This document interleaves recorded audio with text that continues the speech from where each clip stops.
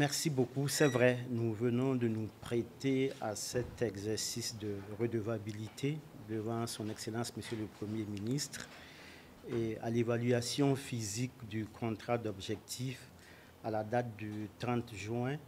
Nous sommes rendus à un taux d'exécution physique de 46,74% pour une cible de 50%. Évidemment, Son Excellence, Monsieur le Premier ministre, nous a encouragés et a beaucoup insisté pour que nous puissions redoubler d'efforts afin que les attentes légitimes et nombreuses des Burkinabés en matière de santé puissent être comblées. Je voudrais dire tout simplement qu'au rang des actions majeures qui ont été atteintes au cours de ce premier semestre, je voudrais citer la prise en charge d'un peu plus de 60 000 enfants malnutris jusque dans les zones à fort défi sécuritaire. Je voudrais aussi mentionner la prise en charge du paludisme par les agents de santé à base communautaire jusque dans les zones à fort défi sécuritaire. C'est un peu plus de 230 000 femmes enceintes qui ont bénéficié de traitements préventifs intermittents du paludisme.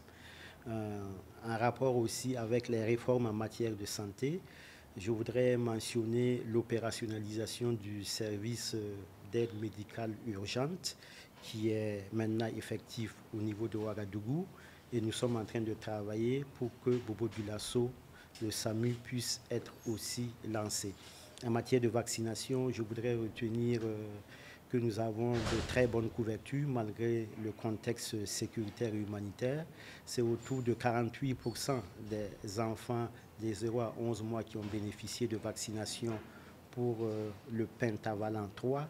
C'est autour de 97% des filles âgées de 9 ans qui ont bénéficié de vaccination contre le Human Papillomavirus, qui est ce virus qui est l'agent causal des cancers du col de l'utérus.